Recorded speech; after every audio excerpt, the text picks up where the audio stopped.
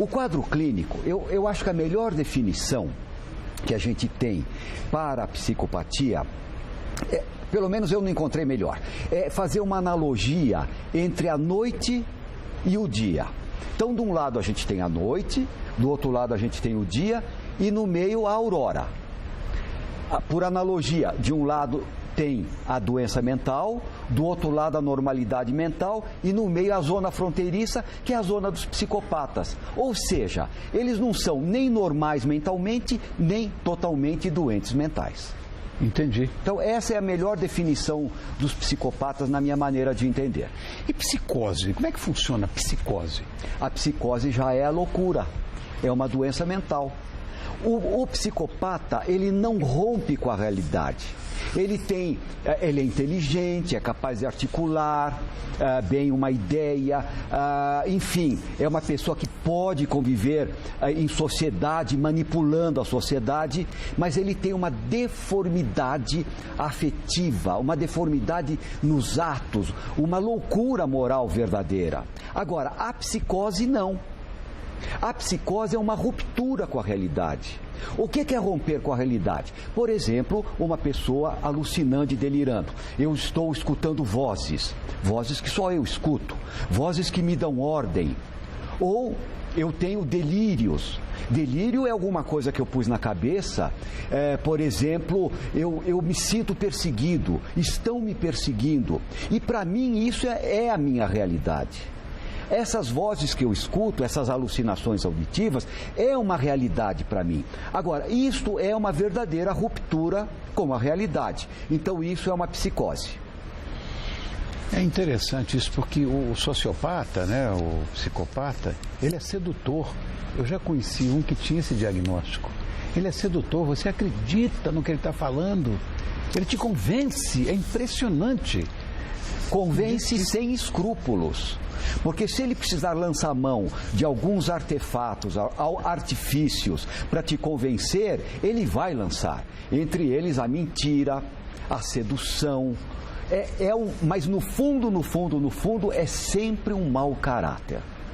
Ah, tá. E outra coisa também interessante do psicopata, que jamais se arrepende daquilo que ele faz. Essa é uma das características. Pelo contrário, marcantes. Todo mundo é culpado. Exatamente. Você sabe que eu vi vários casos e a pergunta clássica que a gente faz para um psicopata que cometeu, por exemplo, um delito, daqueles delitos, enfim, de mídia e tal, você pergunta para ele, você está arrependido do que você fez? Invariavelmente, claro que estou, doutor, eu estou preso há 3 meses.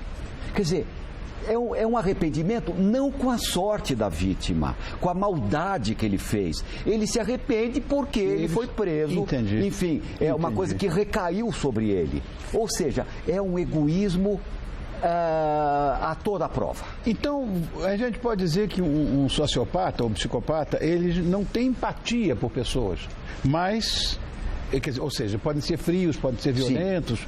Também não?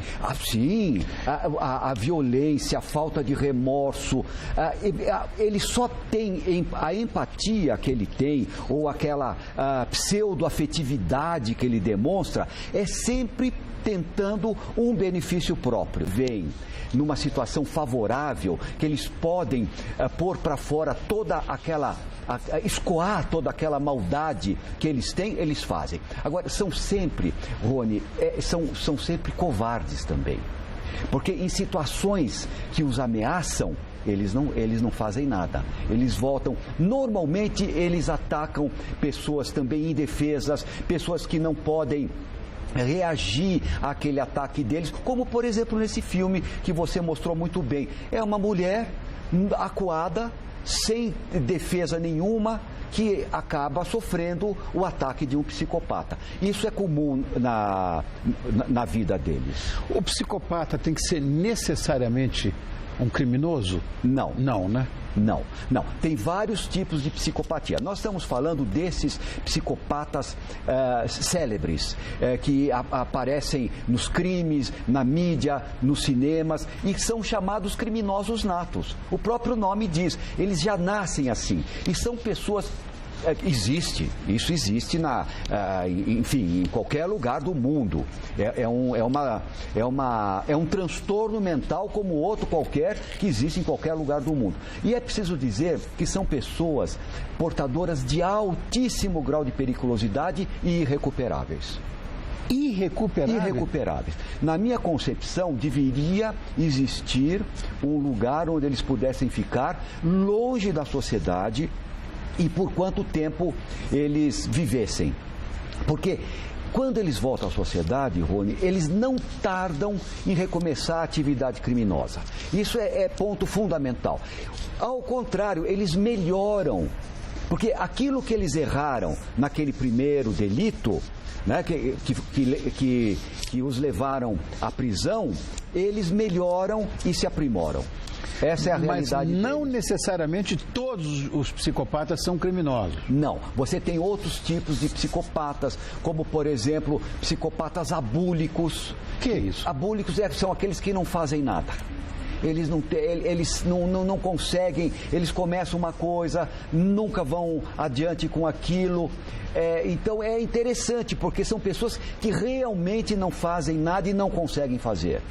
Tem outros psicopatas que são extremamente carentes de estima. Então eles vivem sempre se sentindo devedores da estima dos outros e não vão delinquir.